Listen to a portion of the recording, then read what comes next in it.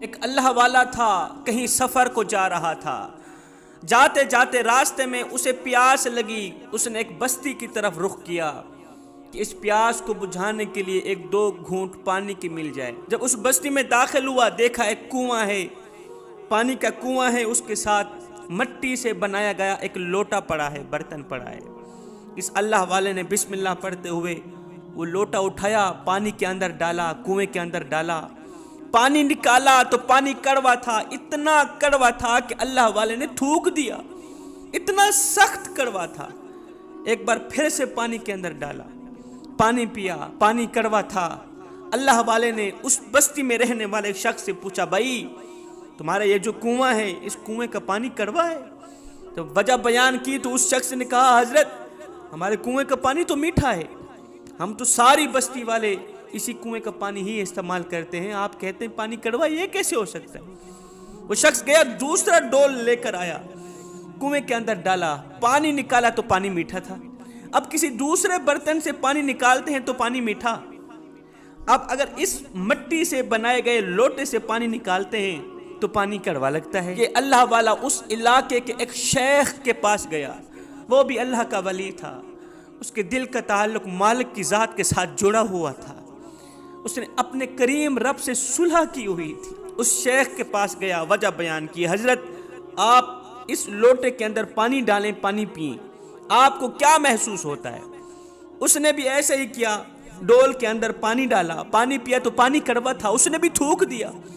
اس اللہ والے نے وجہ پوچھی کہ آخر وجہ کیا ہے؟ دوسرے برتن سے کنویں سے پانی نکالتے ہیں، پانی میٹھا نکلتا ہے، جب اس برتن سے، اس لوٹے سے پانی نکالتے ہیں تو پانی کڑوا نکلتا ہے، وجہ کیا ہے؟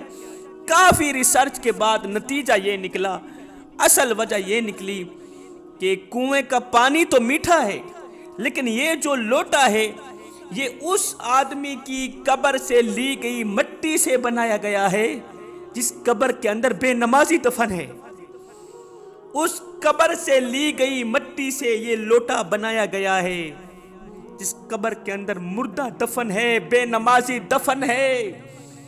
بے نمازی کی نحوست کی وجہ سے بے نمازی کے اوپر جو مٹی آئی ہوئی وہ بھی کڑوی ہو گئی، اتنی سخت کڑوی ہوئی ہے۔ دیکھیے مٹی کا پہلے گارا بنایا گیا، مٹی کے اندر پانی ڈالا گیا، گارا بنایا گیا، اسے ایک لوٹے کی شکل دی گئی، پھر اسے سکھایا گیا، ہوا میں رکھا گیا، پھر اسے آگ میں جلایا گیا، آگ میں پکایا گیا، پھر بھی جب اس میں پانی ڈالتے ہیں تو پانی کڑوا نکلتا ہے۔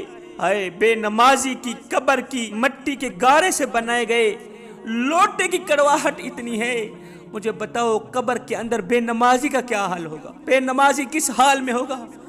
لوٹے کی کڑواہٹ یہ ہے، لوٹے کی کڑواہٹ اتنی سخت ہے، مردے کا کیا حال ہوگا؟ اے بندے نماز پڑھ، اس سے پہلے کہ تیری نماز پڑھی جائے، دن میں 5 ٹائم نماز پڑھنے کی اپنی عادت بنا لے، صرف یہ سوچ کر کے کہ ہو سکتا ہے یہ آذان تیری زندگی کی آخری آذان ہو، میاں ہو سکتا ہے یہ نماز تیری زندگی کی آخری نماز ہو سکتا ہے تجھے تیرا رب آخری بار بلا رہا ہو۔ کافی لوگ تھے، لاکھوں کی تعداد میں لوگ تھے جو کہتے تھے جی صبح ہوتے ہی پکی توبہ کر لیں گے، نماز پنجگانہ باجماعت ادا کریں گے، لیکن افسوس صبح ہونے سے پہلے پہلے وہ قبروں میں جا سوئے، وہ موت کے منہ میں چلے گئے، موت کا لقمہ بن گئے، توبہ کرنے کی توفیق ہی نہ ملی، توبہ کرنے کا وقت ہی نہ ملا، اللہ کو سجدہ کرنے کا وقت ہی نہ ملا، نماز پڑھنے کی فرصت ہی نہ ملی۔ موت کے بعد انسان کی 9 آرزویں ہوں گی، 9 آرزویں ہوں گی۔ انسان کہے گا کاش میں نے توبہ کی ہوتی، کاش میں نے اللہ کے حضور سجدہ کیا ہوتا، کاش میں مٹی ہوتا، کاش میں نے آخرت کے لیے کچھ اکٹھا کیا ہوتا، کاش میری جوانی آوارگی میں نہ گزرتی، کاش میں نے اپنی جوانی کو آوارگی میں نہ گزارا ہوتا، کاش چوکوں پہ بیٹھ کے تاش کھیلتے ہوئے اپنی جوانی برباد نہ کی ہوتی، اپنا وقت برباد نہ کیا ہوتا، کاش کہ شرابیوں کے ساتھ میری دوستیاں نہ ہوتی، زانیوں کے ساتھ میری دوستیاں یاریاں نہ ہوتی، کتنا اچھا ہوتا، کاش میں نے اللہ رسول والا راستہ اپنایا ہوتا، کاش مرنے سے پہلے پہلے توبہ کر لیتا، اللہ کے حضور جھک لیتا، نماز پڑھ لیتا، روزہ رکھ لیتا، قیام کر لیتا، رکوع سجود کر لیتا، اللہ کے ساتھ اپنا معاملہ درست کر لیتا۔ آخری آرزو یہ ہوگی کاش کہ اللہ تعالیٰ ایک بار پھر مجھے واپس دنیا میں بھیج دے تاکہ میں توبہ کر سکوں، میں نماز پڑھ سکوں، میں لوگوں کی مدد کر سکوں، میں غریبوں کی مدد کر سکوں، وہ کام کر سکوں جس سے اللہ بھی راضی، اس کا رسول بھی راضی۔ لیکن نہیں، واپس آنے کے راستے بند ہو گئے ہیں، اب توبہ کرنے کے راستے بند ہو گئے ہیں، اب توبہ کے دروازے بند، مغفرت کے دروازے بند۔ جوانوں ان کے لیے بند، ہمارے لیے ابھی کھلے ہیں، ہماری سانسیں ابھی چل رہی ہیں، یہ زندگی کے لمحے میرے اور آپ کے لیے غنیمت ہیں۔ ایک فقیر تھا، اللہ والا تھا، اس نے کسی جنازے میں شرکت کی، جنازہ پڑھنے کے بعد میت کو دفنایا، دفنانے کے بعد ساتھ میں عزیز و اقارب کھڑے تھے، ان میں سے ایک نوجوان کھڑا تھا۔ اس اللہ والے نے اس نوجوان کو اشارہ کرتے ہوئے کہا کہ اگر یہ دفن ہونے والا شخص ابھی واپس دنیا میں آ بھی جائے، جس کا ہم نے ابھی جنازہ پڑھا ہے، جس کو ہم نے ابھی دفن کیا ہے، اگر یہ شخص دوبارہ دنیا میں پلٹ کر آ بھی جائے تو اب یہ کیا کرنا پسند کرے گا؟ اس نوجوان نے کہا حضرت پہلے تو یہ آ نہیں سکتا کیونکہ واپس آنے کے جو دروازے ہیں وہ بند کر دیے گئے ہیں، پہلے تو یہ آ نہیں سکتا۔